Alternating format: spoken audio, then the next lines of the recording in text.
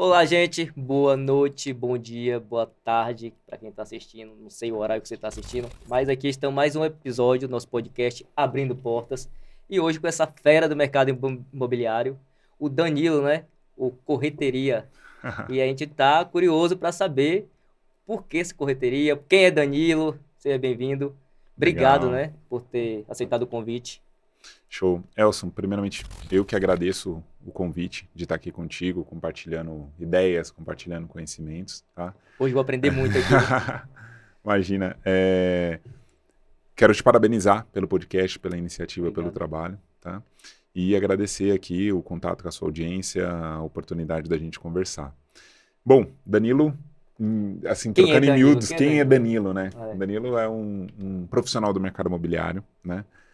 Antes de mais nada, é um pai de família, é. literalmente, o marido da Larissa, o pai do Beni e da Lavínia, e um profissional que busca sempre crescer, que busca sempre deixar algo para o mundo, seja através dos conhecimentos que eu dissemino nas redes sociais, através de um trabalho bem feito, tanto na minha imobiliária quanto na minha consultoria e no programa de mentoria e desenvolvimento que nós temos de corretores.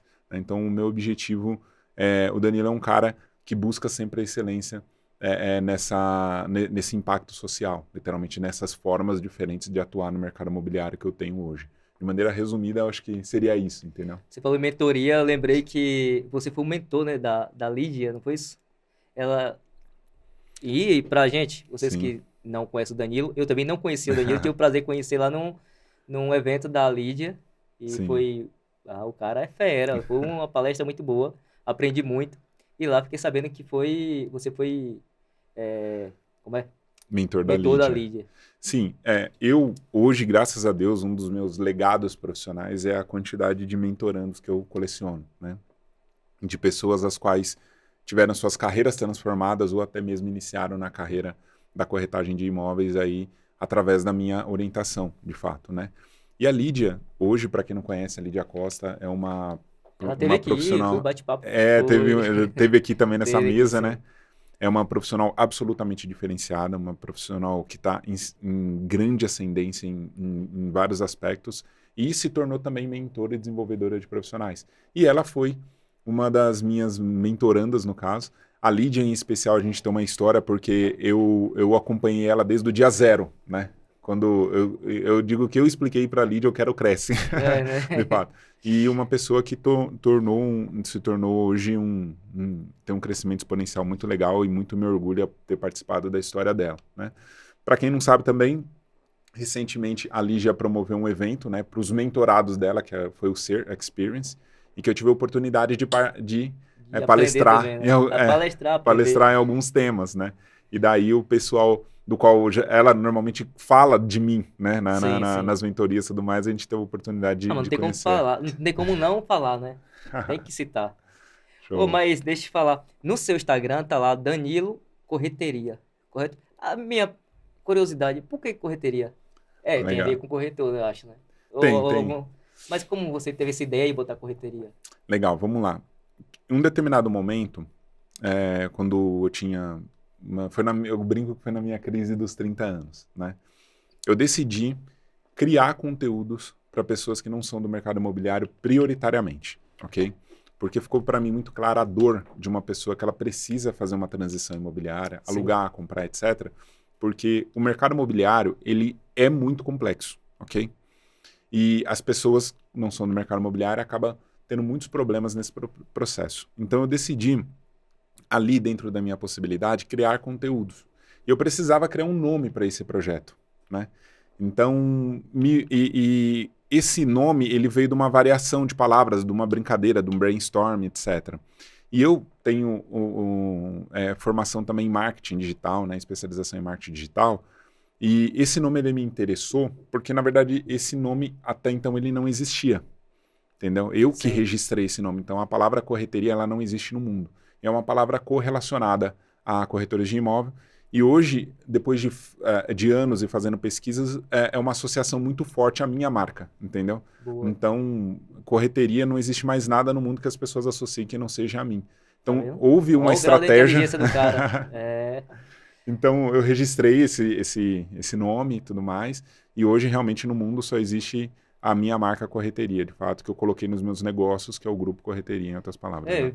Tava com curiosidade e já falou várias, né? Que eu nem sabia dessa, mas é importante você ter essa ideia, né? Sim, sim. Mostra o grau de inteligência do que você quer chegar, do que você quer construir, né? Não, Isso diz obrigado. muito. Não, obrigado, obrigado. O mercado imobiliário, você citou algo aqui que eu achei muito interessante. Você direcionou um público, você direcionou algo que você queria crescer ali. Para os corretores, aí tem muito corretor que nos assiste, é importante direcionar, ter um nicho, por exemplo, eu vou vender só imóvel na planta, então eu vou estar aqui nas minhas redes sociais falando só de imóvel na planta, ou se não, só vou vender imóvel pronto. Assim como tem o imóvel Minha Casa Minha Vida, né? Sim. E imóvel alto padrão. Tem corretores, eu não consigo vender os dois. Bom, o corretor, uma vez se ele for um bom corretor, ele consegue vender qualquer coisa, Sim, tá? Só que o que que acontece? O mercado imobiliário, ele é um oceano muito grande, ok? Um oceano muito grande mesmo. Então, a gente tem tipos de imóvel, faixas de valor, ok? Então, a gente tem muita variação nesse sentido. E para você ter uma alta performance, você precisa ter um nível de conhecimento avançado no nível ao qual você está atuando, entendeu?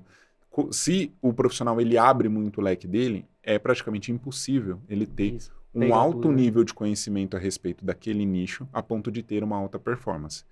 Então, esse é eu vou dizer que é o principal, se não for o principal, um dos principais erros que os corretores de imóvel cometem, que é se permitir a abrangência, seja a abrangência no que se refere a tipo de imóvel, a faixa de valor e também região geográfica, entendeu? Região é um ponto muito importante, né? Porque, assim, uma vez eu fui ter para uma reunião na Remax. Eu achei interessante o conceito dele, porque ele fala assim, ó, a gente tem Remax por bairro. Então, é importante a sua Remax ter apenas naquele, um exemplo, Ipiranga. Sim, Só ser regionalizado. seja Aham. analisada naquela região. Do Ipiranga, pronto, porque você vai ficar sendo conhecido no Ipiranga e todo mundo vai te procurar. É uma Sim, referência ali naquele bairro. E automaticamente você vai vender mais. sim. Diferente do que, eu quero vender imóvel, vou vender um lá na Zona Norte, Zona Sul. E aí você acaba tendo o São Paulo inteiro e não tendo nada, né? Sim, Elson, eu concordo com isso. Eu costumo dizer que depois de um determinado ponto da maturidade profissional na corretagem de imóvel, todo corretor entende isso. Mas a inexperiência faz com que os corretores acreditem, e maturidade também, que eles devam não ter foco e devam se permitir abrangências maiores. Só quando as coisas dão muito errado, aí eles caem na real que, de fato, você precisa ter um foco, entendeu? Hoje, cada nicho já é um grande universo, Sim, entendeu? Você falou, por exemplo, do bairro do Ipiranga. O bairro do Ipiranga é maior do que várias cidades do Brasil, sim. do que a maioria das cidades do Brasil. Então, isso por si só já são milhares de imóveis que esse corretor tem a opção de trabalhar, entendeu? Então, realmente, se ele se regionalizar, já é muita coisa. Já É, é muita coisa, entendeu? primeiro porque ele vai passar a ser especialista naqueles imóveis, naquela região. Eu, por exemplo, eu vendo muito dentro do meu condomínio. Porque Sim, eu conheço muito o condomínio. Então, sim, quando eu pego um cliente que tem interesse lá, fica fácil. Ele vê que eu estou falando a verdade, eu consigo transmitir isso e o cliente compra. Diferente de outros clientes, de outros corretores que vai lá com o cliente e não consegue vender, na maioria das vezes, porque não conhece o empreendimento. sim. Então, é igual. Se o corretor conhecer o bairro dele e ser especialista naquele bairro, certeza que o objetivo final dele vai ser bem melhor, né? Que as vendas, realização de vendas. Super concordo com isso. Agora, falando nisso também de expansão, a gente vai lá e volta. Imóvel pronto e na planta. Tem Sim, corretores que gostam muito de lançamento. Não sou eu essa pessoa. Detesto sim, lançamento. Inclusive, antes aqui da gravação, eu estava falando contigo, né? sim, Com relação a... Eu não consigo mais ficar em stand de sim. venda, preso ali. Quando você diz imóvel pronto ou na planta, você está se referindo à melhor opção para o corretor ou para o cliente? Só Então, para eu te responder você vai melhor. me responder as duas perguntas. Uma que eu fiz, a outra que você fez agora. Mas vamos para a primeira. Para o corretor. Bom, eu costumo dizer o seguinte: cada posição profissional do corretor de imóveis tem o seu ônus e tem o seu bônus, ok? Cada posição profissional, seja ele atuando de forma autônoma dentro de uma imobiliária ou numa imobiliária atuando, por exemplo, num stand, exige competências diferentes, entendeu? Existem corretores que eles conseguem atuar de forma absolutamente autônoma e tem outras que precisam dos subsídios de orientação, de rotinas que muitas vezes só um stand de venda pode proporcionar para eles, entendeu? É aquele Então, corretor que já está acostumado a trabalhar fora da área, tipo um CLT, né? Que tem horário de chegada, horário de saída, e tem que ter ali sim, um alguém regramento. para poder controlar Isso, ele. exatamente. Se o corretor ele precisa de uma doutrina, posso dizer assim, se ele precisa, se ele é carente de liderança, orientação, entendeu? Ele precisa estar dentro de um ecossistema, seja numa imobiliária que trabalha terceiros, ou seja numa imobiliária que trabalha em um lançamento imobiliário, ok? Entendi. Agora, se ele tem autonomias de trabalho, se ele é um cara que consegue trabalhar, se ele é um cara que consegue prospectar, se ele tem os meios dele para subsidiá-lo, seja de imóvel, seja de pessoas interessadas, ele já não tem essa necessidade. Então, o que eu costumo observar é que a partir do momento em que o corretor ele vai se evoluindo no que se refere à autonomia de trabalho, ok? No que se refere a se subsidiar de pessoas interessadas e de imóvel, a tendência dele é que ele não se encaixe mais no modelo de imobiliária fechada, com que a gente vê nos estandes de venda de lançamento Sim. ou numa imobiliária de terceiros, entendeu? E ele tende a vir para o processo autônomo. Só que existem pessoas que não querem ou que não evoluem esse ponto durante anos na carreira, entendeu? Simples assim. Então, o profissional ele tem que ser franco com ele mesmo e entender qual o momento que ele se encontra na carreira. Se for uma... e o que eu costumo dizer é o seguinte, é natural. Conforme a evolução dele vai surgindo, menos ele vai tendo interesse por esse determinado formato de stand, por exemplo.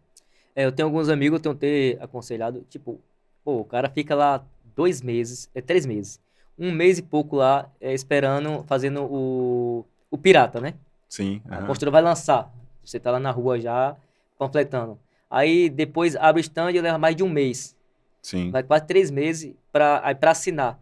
Leva 3 meses, aí chega lá no final, vende uma unidade. Bom, uma das coisas que eu ensino na minha mentoria, que é muito importante para os profissionais de imobiliário, é a questão de posicionamento e a questão de análise de negócio, ok?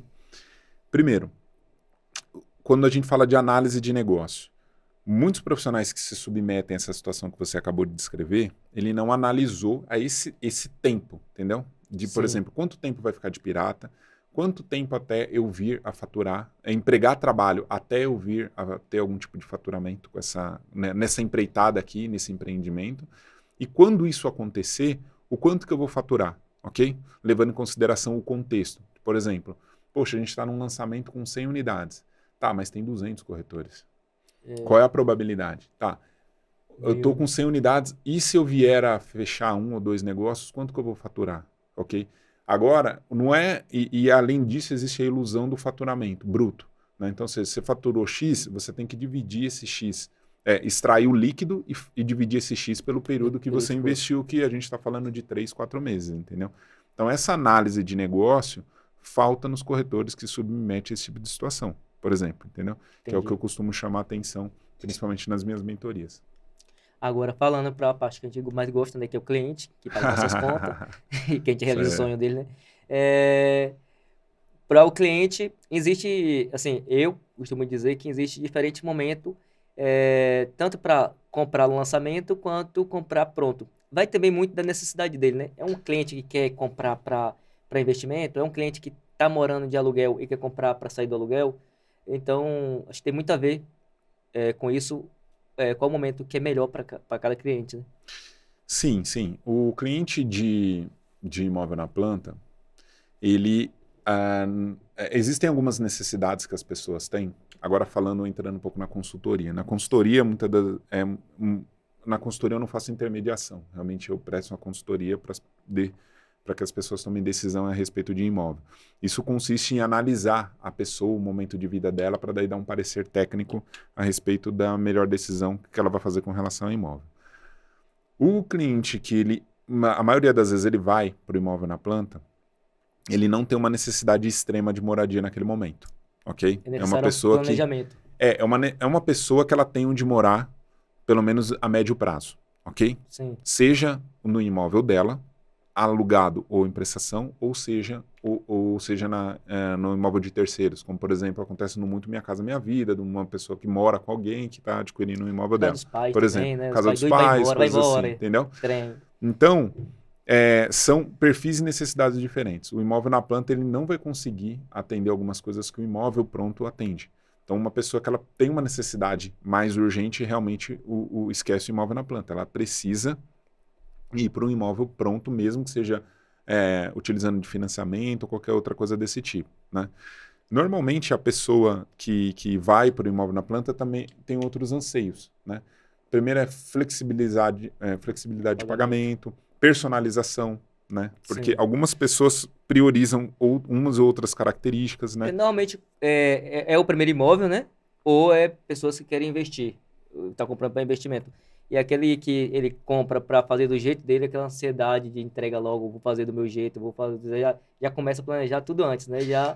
Eu tenho um cliente que compra, tá no lançamento e aí ele já tá planejando, eu dá a medida, eu tenho que fazer isso, eu vou fazer isso aqui. Gente, tá cedo, espera um pouquinho, vamos entregar porque daqui para lá muda muita coisa, né? Então...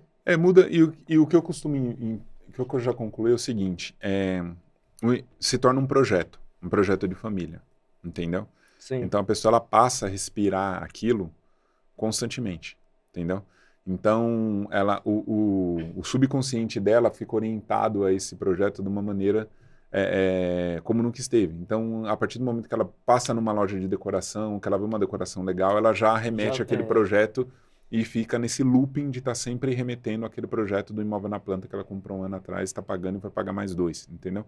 Então durante todo esse período a família está sempre às voltas com esse pensamento, com esse projeto, entendeu? Eu já entendo isso como natural. Então, não me surpreende os clientes me chamarem periodicamente por questões de imóvel na planta que a gente fez negócio anos atrás, entendeu? Olha, já vou voltar um pouquinho no assunto. Você falou em mentoria para corretores e mentoria para cliente. Deixa alguém te xingar logo aí. Qual é o melhor para dar para mentoria? Para você oferecer mentoria, você prefere dar mentoria para os corretores ou para clientes? Cara, são dois diferentes, né? É absolutamente diferente, são formatos diferentes, são coisas absolutamente diferentes, né? Quando a gente fala em mentoria para cliente, que são pessoas que não são do mercado imobiliário, Sim, que tá buscando imóvel, né? eu chamo de consultoria. Então, por exemplo, um nicho da minha consultoria é investimento em imóvel para Airbnb. Sim. Então, normalmente esse cliente ele tem um ciclo menor. A gente vai ter uma consultoria de um mês, mais ou menos. A gente tem um segmento de leilão de imóveis, né? Eu nunca aprendi esse negócio de leilão. Assim, eu até outro entendo universo. pouco, mas às vezes eu tenho medo de investir em leilão porque tem muito imóvel que ainda tem morador, né? E aí Existe tem um que entrar... ditado que diz assim, o conhecimento é o poder contra o medo, né? Então é natural que você tema algo que você não conhece. Realmente, para você se sentir um pouco mais seguro com relação a investimentos como esse, realmente aí precisa evoluir em conhecimento. E aí que eu entro com essa prestação de serviço também, porque muitas pessoas entendem, desejam, mas não têm um nível de conhecimento suficiente para deixar de ter medo. Aí eles contratam a minha consultoria para acompanhá-los. Então esse é um outro nicho. A gente vai estar falando de um ciclo de 1 mês e meio, 2 meses, normalmente um cliente desse. Eu não falo nem tanto o conhecimento nessa questão. Mais no sentido de pegar um imóvel que está no leilão e existe pessoas morando ali. E aí vai ter que entrar com ação, tal, para tirar aquela pessoa ali. E aí, tipo, eu acho que eu não aguento emocionalmente. Porque, pô, sério, vou tirar aquela pessoa dali, mas a pessoa tem para onde ir. A justiça vai obrigar a tirar ele dali. Ele vai ter que sair. Eu comprei, vai dar, né, para o despejo, judicialmente. Então, e aí? Eu não vou querer tirar a pessoa de lá. Se a pessoa, imagina, tá lá, tem uma mãe grávida, uma criança, e aí você tem que entrar com essa ação para poder tirar essa pessoa de lá. Tá, esse é um ponto, fazendo um adendo aqui na resposta que eu estava construindo. E eu te interrompi. Não, imagina, você pode interromper quando você quiser. Mas isso é muito bom você falar que esse é o principal mito das pessoas com relação a imóvel de leilão. E você me dá a oportunidade de falar a respeito Sim. disso, que com certeza muitas das pessoas que vão nos assistir também pensam da mesma forma. Vamos lá. Parta do seguinte princípio. A pessoa que ela perde um imóvel por uma ação judicial, qualquer tipo, seja não pagar prestação, ela sempre teve a opção de vender o imóvel antes. Sim. Ponto. Por mais que Ok? seja menor valor. Ela sempre teve essa opção. Então, se ela tivesse feito isso, acima de 95% dos casos, ela ainda iria reaver um valor antes da perca, ok? Hoje, um dos principais motivos pelos quais... Você não acha que essa pessoa que perdeu o imóvel, que ela foi notificada para vender o imóvel dela por valor menor e pagar a dívida, talvez ela não tenha um conhecimento, ou ela acreditava que não poderia acontecer, o despejo não ia acontecer com ela? Bom, o fato dela acreditar também não livra desse ônus. Sim. Ok? Então, a mesma coisa, você não acreditou na gravidade, mas não te livrou do ônus, entendeu? Eu tive a oportunidade de já falar com muita gente que perdeu imóvel, ok? E para mim está muito claro os motivos e os padrões, né? Então, primeiro, ela teve essa oportunidade. Não existe praticamente uma pessoa que perde sem que ela tenha tido uma oportunidade de negociação, ok? Então, por exemplo, hoje se pinta uma imagem de vilão dos bancos, que os bancos tomam os imóveis. Por um banco levar um imóvel de uma pessoa a leilão por ela não ter pago as prestações às quais ela se comprometeu, ok? Normalmente os bancos eles vão tentar entre 2 e 3 vezes renegociação, ok? Isso não é do dia para a noite. Sim. Então, muitas vezes uma pessoa que ela deixou de perdeu um imóvel dela, por exemplo, que ela não pagou a prestação da Caixa, a gente já está falando de um ciclo de mais de um ano, para você ter uma ideia, numa situação de não pagamento e de colapso, entendeu? Então, eu parto do princípio que as pessoas têm oportunidade de vender o bem, ok? As pessoas têm oportunidade de negociação, ok? E ainda muitas instituições financeiras e a própria justiça traz uma série de flexibilização. E também o seguinte, no caso da pessoa, do imóvel ser arrematado, no caso dessa pessoa perder, e por um valor menor, ela ainda tem a opção de adquirir o imóvel pelo preço do leilão, porque ela tem a prioridade. Então, imagine um imóvel que vale 1 milhão, ok? A pessoa perdeu, esse imóvel foi arrematado por 600. Se ela quiser, ela tem a prioridade de ficar com o imóvel por 600. Uma pessoa está devendo, como é que ela vai comprar de novo? O banco vai liberar crédito para ela pegar de novo esse imóvel? Não, mas assim, mas o que acontece? Não que seja fácil, mas ela tem alternativas. Sim. Entendeu? O que eu observo, conversando e trabalhando nesse nicho, é que a gente tem pessoas que simplesmente negligenciam, a pessoa literalmente não está nem aí. A gente tem pessoas que não aceitam abaixar o padrão de vida, ok? Porque você olha e você pensa, nossa, um imóvel de alto padrão foi a leilão. Por quê? Essa pessoa não tem dinheiro. Muitas vezes essa pessoa ela não quis simplesmente baixar o padrão de vida dela, né? A gente tem pessoas que propositalmente não entram nessa situação de não pagar, ok? Por questões familiares, uma série de outras coisas, entendeu? E o que eu chamo a atenção também é o seguinte, o leilão, ele é um meio de você, como que eu posso dizer, de fazer uma limpeza econômica, posso dizer assim, entendeu? Sim. As pessoas veem um lado da pessoa que está sendo desocupada e não veem um lado do credor que está recebendo dinheiro. Então, muitas das vezes, quando você arremata um imóvel, você está fazendo com que 10 famílias recebam dinheiro que estava sendo devido para elas. Entendeu? Entendi. Então, é o que eu sempre chamo esse ponto de vista. Sabe? É que a gente olha mais pro ponto aqui do sofrimento, né? Então, exato. Não olha o outro também que outro que está recebendo, que também está sofrendo, entendeu? Sim. Então, por exemplo, imagina um empresário que não pagou 100 funcionários. Cara, você arremata o imóvel dele, cara, você impacta 100 famílias, entendeu? E sem falar da opção que eles têm, que você citou inclusive, antes mesmo de ir pro leilão, já que está devendo, colocar um imóvel à venda, né? Tem muita gente, eu tenho um cliente que aí pergunta, fala, mas o imóvel está financiado, como é que ele vai vender? Ele vai quitar para poder eu comprar? Não. Né? Eu entro com outro financiamento, faz o que vem quitante, um banco quita a dívida do outro e a dívida já faz um novo financiamento. Já não é não é o mesmo financiamento, é um novo financiamento, Sim. né? E existe muito isso. E tem, assim, cliente que não entende que pode comprar um imóvel que esteja financiado e tem corretores também que não entendem que o imóvel financiado pode ser vendido. Sim, sim, sim, sim. É uma dúvida comum, né? Também é fruto de desinformação. Hoje a gente assiste muitos quotes financeiros falando que você tem que pagar um imóvel durante 30 anos, então isso indiretamente vai consolidando no imaginário popular de que a É, pessoa precisa eu pagar o acredito. imóvel 30 anos ou quitar ele para fazer qualquer coisa, sendo que não é, né? Sendo que não é. Então esse é um ponto que até muitos profissionais, né, de um conhecimento raso também não conhecem, mas isso que você falou é verdade. A pessoa não precisa, ela faz o interveniente quitante, seja total ou parcialmente, ela consegue vender um imóvel ao qual está no processo, está financiado, está Financiado. alienado no momento, entendeu? Eu tenho vendido bastante imóvel desse jeito. Então, o imóvel está financiado e Sim, o cliente quer comprar, ele vai lá, entra com outro financiamento, dá um valor de entrada, um financiamento dele quita o outro, quita o que está financiado e passa para outro banco, né? Às vezes tem com taxa de juros menores. Acontece bastante isso. show. E voltando à sua pergunta, que você falou qual que é mais difícil fazer, se é mentoria É, ou se é consultoria, né? tá, dessa vez não vou te cortar, A não. mentoria, ela é um ciclo maior com o profissional, né? Então, na mentoria a gente entende, faz um diagnóstico a respeito das necessidades mais agudas que o profissional tem naquele momento, e a gente mostra um plano para ele de desenvolvimento. Seria como um personal trainer na corretagem, literalmente.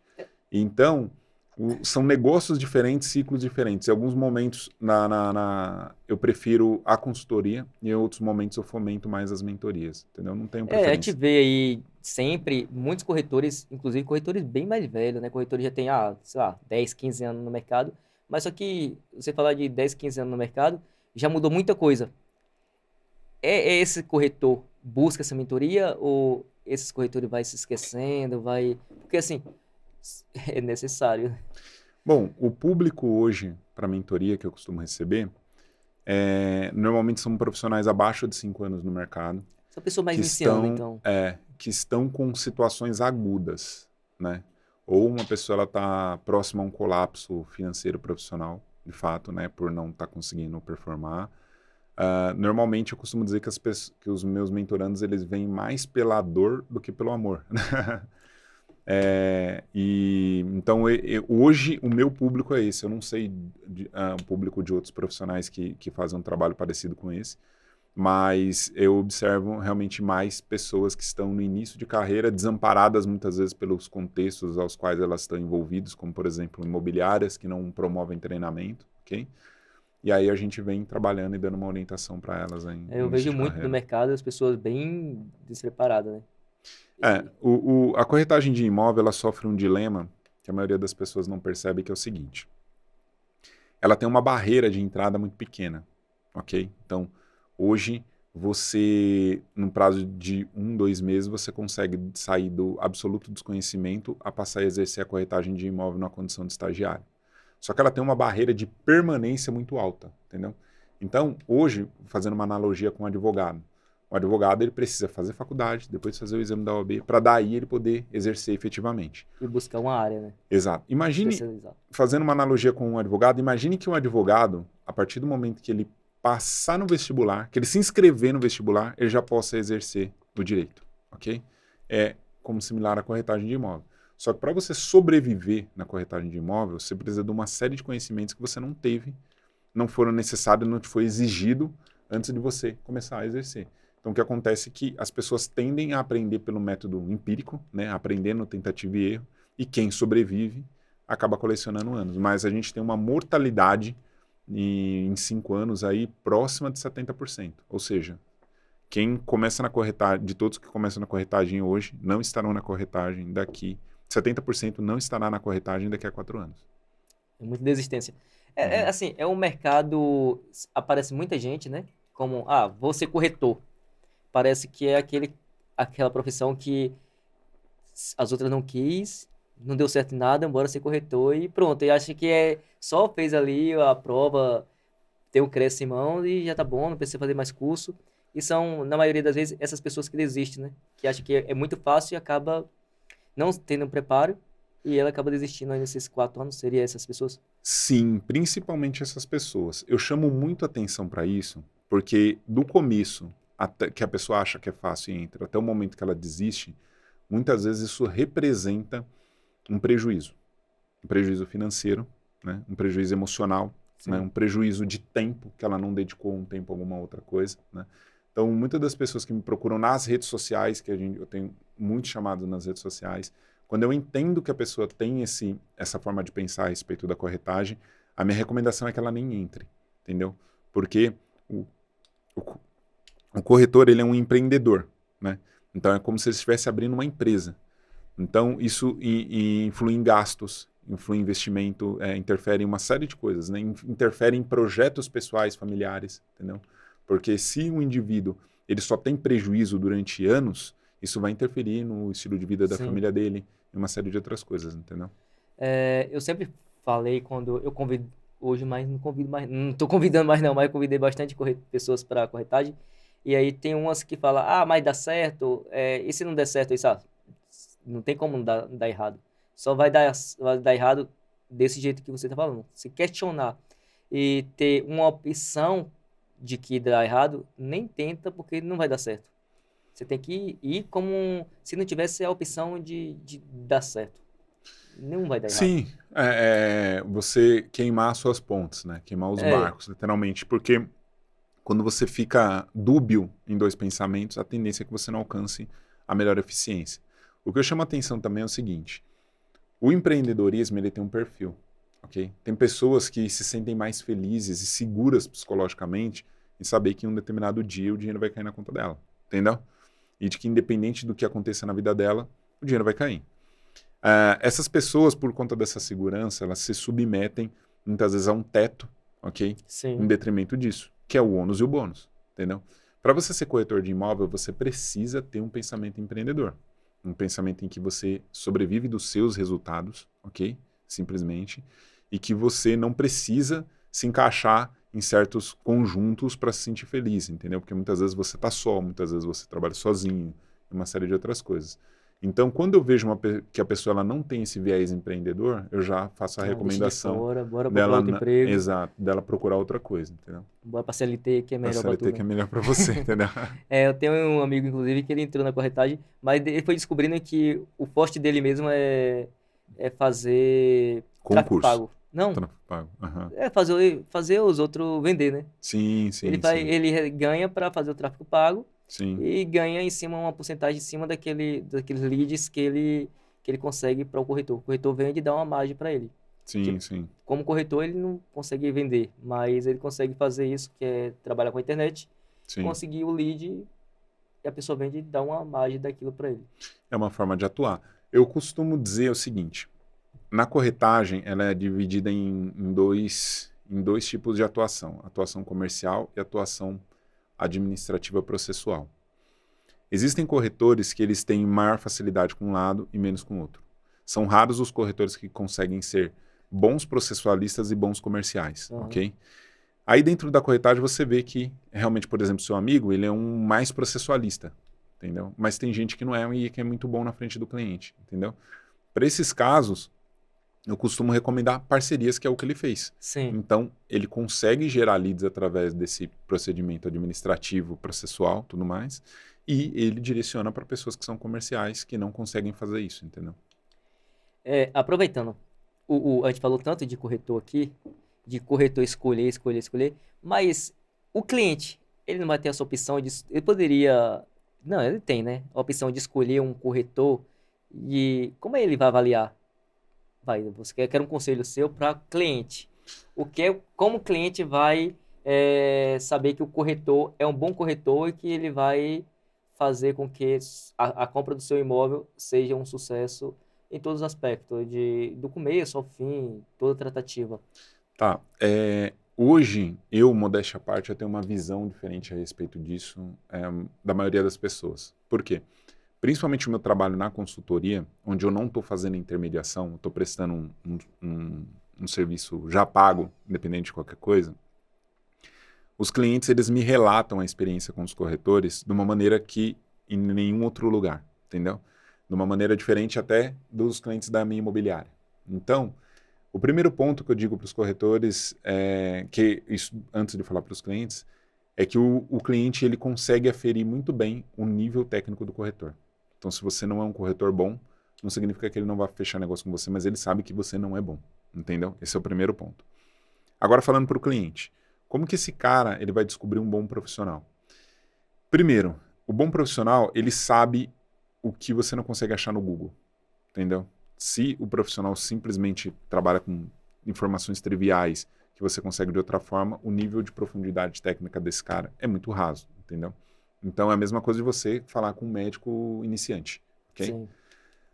Um outro ponto, de fato, é a segmentação, porque cada cliente quer um determinado tipo de imóvel.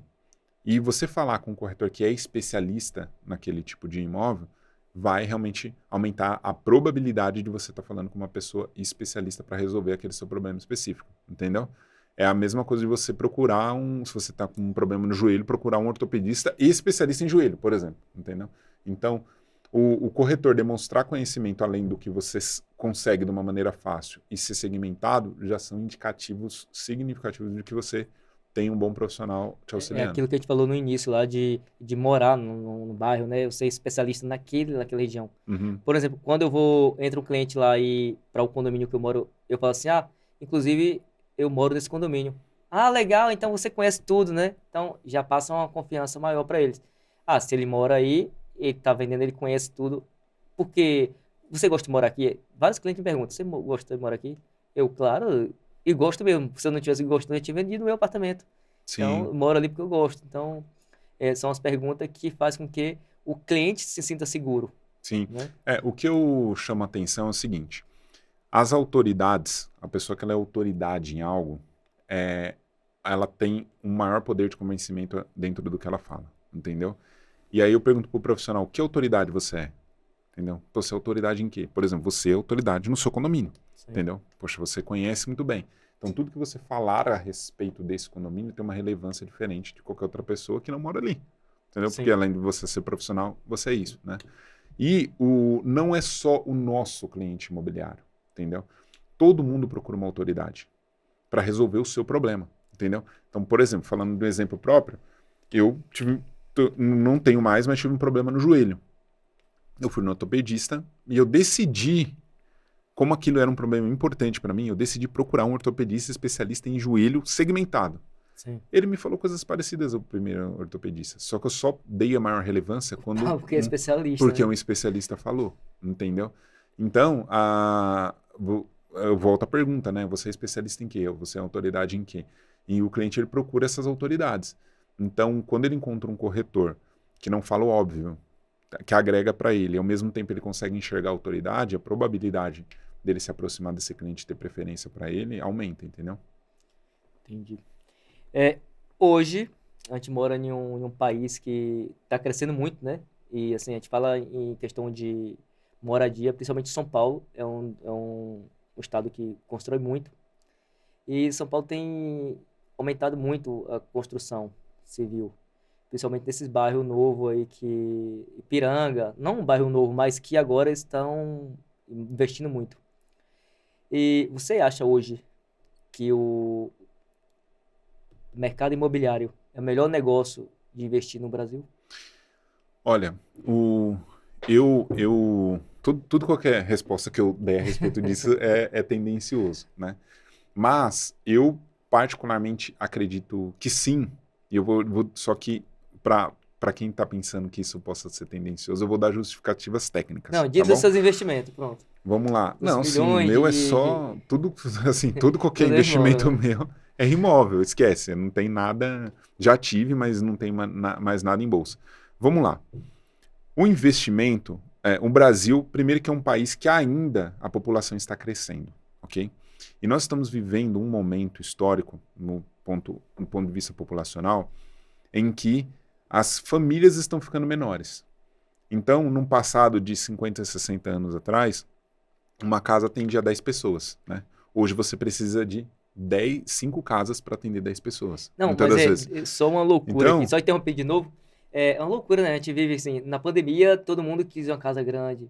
Agora todo mundo tá vendendo seus apartamentos grandes para pegar um menor. Gente, eu vivi isso em 2020, né, 2022. Sempre muito cliente procurando imóvel grande. Hoje eu tô vendo já, tinha uma família grande também, né? E hoje as pessoas buscam, inclusive tem os mesmos clientes, buscam um imóvel menor. Ah, eu quero um imóvel menor porque tá eu e minha esposa só. Meu filho foi embora. Então não tem necessidade de ficar em um apartamento tão grande, pagando condomínio alto, IPTU alto e já voltando a morar em um lugar menor. Né? Olha, eu não digo que isso é um padrão, na verdade. As pessoas, eu costumo dizer que um imóvel ele é similar à roupa. Você vai adaptando ele ao seu estado do momento, também ao seu momento de vida, entendeu? Uhum. Literalmente.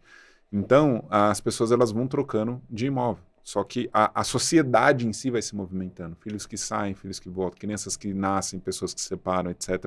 Então, a gente tem esse constante movimento, né? Isso somado ao fato que a população está crescendo e as famílias estão diminuindo. Então, a necessidade por imóvel, ela é grande, entendeu? Quando a gente fala de investimento, existe essa máxima de que quem investe em imóvel não erra.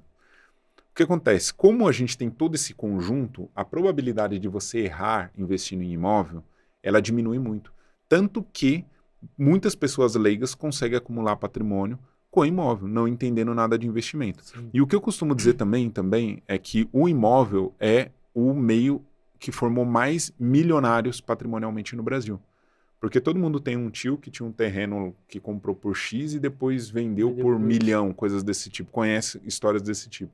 Então, um imóvel fez uma pessoa milionária, de fato, entendeu? Literalmente. Então, somado a esses fatores, toda vez que você tem um produto que ele tem uma escassez, a tendência dele é valorização, Sim. entendeu? E hoje o Brasil tem um dos maiores déficits habitacionais do mundo. É difícil, ao menos que o país esteja em guerra ou tenha algum problema muito sério, o Brasil tem uma necessidade de imóvel muito grande. Então, daí a gente acaba tendo valorização e somado todos esses fatores. Então, a partir do momento que você coloca um dinheiro no imóvel, a probabilidade, que não é uma regra exata, uma probabilidade de você ter um grande rendimento acima da média com ele é muito alto, entendeu? Então, por isso que eu acredito que os imóveis são o melhor investimento. Você fez eu refletir o seguinte. Não vou falar o nome das construtoras, mas tipo aqui tem uma rua, a construtora lançou aqui esse produto aqui, você falou que escassez, zerou esse produto aqui com preço absurdo. Aí vem a outra construtora, faz aqui nessa mesma rua, porém do outro lado, não zera e o produto mais em conta. Tipo, quase praticamente a mesma metragem, porém, por estar do lado de cada rua, esse produto não zerou, mesmo sendo o valor menor. Isso Tá. tem a ver com a construtora ou com essa disposição do imóvel? Tem a ver com Significa uma o quê? série de fatores, tá? Se eu tivesse que elencar um fator que eu observo, isso é porque eu já trabalhei em incorporadoras, a gente Só para já fiz complementar. estudo imobiliário no Brasil inteiro, pode ser que seja uma questão de oferta e demanda. Porque todas as regiões têm demanda e têm demandas para nichos de imóveis. Mas aí o cliente, como é que ele vai saber qual é a melhor oportunidade? Se eu lancei aqui tá zerou. E sabendo que esse aqui vai lançar na semana seguinte. E o de Cara, cá não zerou. reformula a pergunta para eu entender melhor. Um exemplo. Dá um Tem exemplo. dois imóveis, porém, do lado de uma rua, lançou, zerou o produto. Sim. Bem mais caro. Só que esse cliente que veio aqui, ele não conseguiu comprar aqui por algum motivo, mas ele queria. E o de cá, do outro lado da rua, vai lançar na semana seguinte, 15 dias depois. Só que o outro lança com um valor menor e não zera o produto. E a valorização dele também não foi tanto quanto o primeiro da outra rua. Como é que eu vou saber qual é o melhor para investimento? Olha, vamos lá. Vocês estão na mesma rua, mas um. A gente teria que. Eu, Danilo, sou avaliador perito, né? Então a gente faz na consultoria laudos de avaliação nesse sentido. A gente também acompanha movimentos urbanos e de ascensão de valor de imóvel, né? Movimentação em vários sentidos. Com certeza existem outras variáveis entre essas duas situações que estão justificando isso. Seja, por exemplo, projeto, entendeu? Sim. Seja, por exemplo, plano de pagamento, entendeu? Seja a depender do lugar do Brasil pode ser, às vezes, até posicionamento solar, por exemplo. Entendeu? Se você... tem alguma série de outras variáveis. É pouco provável que imóveis gêmeos, vamos supor que anulando essas variáveis, que eles fossem absolutamente iguais, eles iriam se comportar desse jeito. Se comportasse, a gente teria que falar sobre a demanda, que a demanda foi atingida, literalmente, entendeu? Entendi. Você adquirir algo para investimento que as pessoas não querem, então é um mau investimento. Então você fala, poxa, qual que seria melhor? O que as pessoas quiseram, entendeu? Simples assim. Então eu precisaria de um pouco mais de informação para te dizer, entendeu? Porque tem um fator marca, tem um fator produto, tem um fator cultura da região, então a gente teria que analisar para saber. Mas, às vezes, se você citar um exemplo de 2 condomínios, aí eu posso dar um pouco mais de informação, mas também a gente pode deixar isso para o próximo podcast. Hein? Pode... Já encaminhando aqui para encerrar, me fala uma coisa, você, da mentoria, certeza que abriu porta para muita gente, né, para muito conhecimento, mas não vale falar Lídia. Mas se fosse citar alguém aqui, você fala assim, eu abri porta para fulano, e hoje ela é uma pessoa que aprendeu muito, que eu dei oportunidade para ela, não a Lídia. Cara, eu tive nessa carreira, hoje eu tenho uma imobiliária, uma consultoria e dou os treinamentos, mas eu comecei como corretor de plantão, como a gente falou, Sim. Fui gerente, fui diretor, né, coordenador de parcerias. E nesse trajeto, eu acredito que eu tenha aproximadamente uns 30 calças brancas, né, que a gente chama, né? Para quem não sabe, calça branca é aquela pessoa que está iniciando na corretagem. Então, eu lembro muito claro, assim, de muitas pessoas que o primeiro contato da corretagem dela foi comigo, né? Então, principalmente quando eu era gerente, que eu trouxe essa pessoa que queria entrar na corretagem, eu fiz uma entrevista, tudo mais, e criei um programa e ela veio para dentro, desenvolveu, e hoje, depois de 10 anos, são pessoas que ainda estão no mercado, né? Então, se a gente tivesse que falar em abrir portas, poxa, eu acho que dentro da profissão, eu abri portas para essas pessoas, né? Algumas dessas pessoas... Não tem uma pessoa específica que você fala e você vem logo na sua memória, pô, tem pessoas, tem Roberta Harley, tem...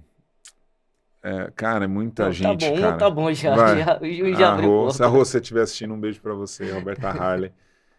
Cara, tem gente, hein, meu.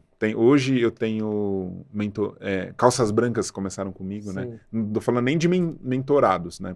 Profissionais que trabalharam comigo diretamente na rotina comercial. Pessoas que viraram gerente, pessoas que viraram diretor de imobiliária, de incorporadora, pessoas que montaram suas próprias imobiliárias. Eu tenho calça branca que começou comigo, que virou incorporador. Hoje é incorporador, ele constrói, né? A gente tem corretores que se especializaram em leilão de imóveis, assim como eu. Então, tem gente que está na profissão há 10 anos, que sobreviveu essa passagem que eu comentei aqui do pessoal que fica pelo caminho, que sobreviveram muito bem. Até hoje eu não lembro de um calça branca meu que desistiu da profissão. Progrediu. Não progrediu. Um conselho aí para os corretores e se puder 2, então, né? Um para o corretor e outro para clientes. Então, o cliente... Legal. A corretagem, ela tem um problema grande que é o seguinte, que é as pessoas negligenciarem o desenvolvimento, ok? Quando um profissional ele entra na corretagem, o que eu costumo dizer é que ele não tem o mínimo necessário para sobreviver na corretagem. Então, ele precisa se desenvolver. Esse desenvolvimento é investimento de tempo, literalmente, estudando, ok? Nas mais diversas áreas. Hoje a gente tem muito conteúdo gratuito também. Se você não se desenvolver tecnicamente, saiba que você não vai ascender na profissão. Você não vai ser um profissional de alta performance se você não tiver uma rotina de desenvolvimento. Ponto. Isso é inegável, entendeu? E hoje eu vejo muitos profissionais padecendo na profissão, okay? Que é aquele indivíduo que não tem dinheiro para pagar as contas dele, que tudo que entra de dinheiro é para pagar a coisa do passado, entendeu? Que ele não consegue prosperar, uma série de coisas. Se você vive algo próximo disso, saiba que você está no caminho errado. É melhor você sair e ir para uma iniciativa CLT que pelo menos você consegue pagar suas contas, Sim. entendeu? Você tem um mínimo de previsibilidade. Eu teria muitos conselhos para corretores, mas esse seria o principal. O dia que você não se desenvolveu, você está errado. Se você não leu o artigo, você não leu um livro, você não fez um curso, você está errado, entendeu? Agora, para o cliente, o conselho que eu dou para ele é procurar e valorizar o profissional com essa característica que a gente descreveu aqui, entendeu? Porque um profissional ele faz uma grande diferença no sucesso e no seu processo relacionado a imóvel. O processo ele pode ficar com muito mais atrito ou com muito mais facilitado, a depender do profissional que está te assessorando nesse sentido, né?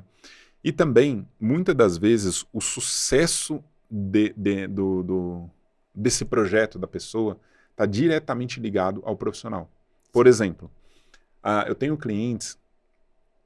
uma história muito interessante de um cliente que ele me conheceu, ele notou e declarou essa diferenciação e ele se interessou por um imóvel que não foi possível fazer negócio.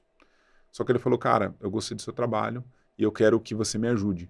Só que eu sei que você tem outras pessoas, então vamos fazer o seguinte, ele fez um Pix para mim, de um valor, falou, ó, isso daqui é só porque eu sei que você vai me priorizar. Cara, passou uma semana eu achei outro imóvel para ele, entendeu? Eu tô fazendo isso para que você me priorize, intencionalmente, entendeu? Então, o que eu costumo orientar os clientes na consultoria é que você não precisa adular o corretor, não precisa. Não. Mas faça uma diferenciação, entendeu? Porque esse corretor é como um médico que precisa resolver um problema específico. Você pode falar com um generalista, mas você pode estar falando com um especialista que vai dar uma solução em algo que é muito importante, que é o seu próximo imóvel, entendeu?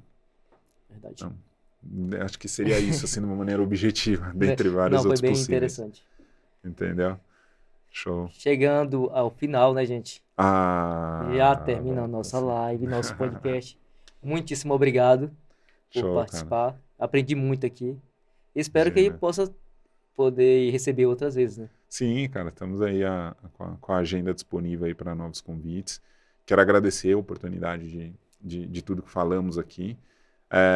E, desejo o máximo sucesso aqui pro seu podcast. Obrigado. Eu sou, na verdade, um telespectador, né, do seu podcast e me sinto honrado de ter participado. Obrigadão. Tá bom? Valeu. Que o próprio Cristo continue nos abençoando.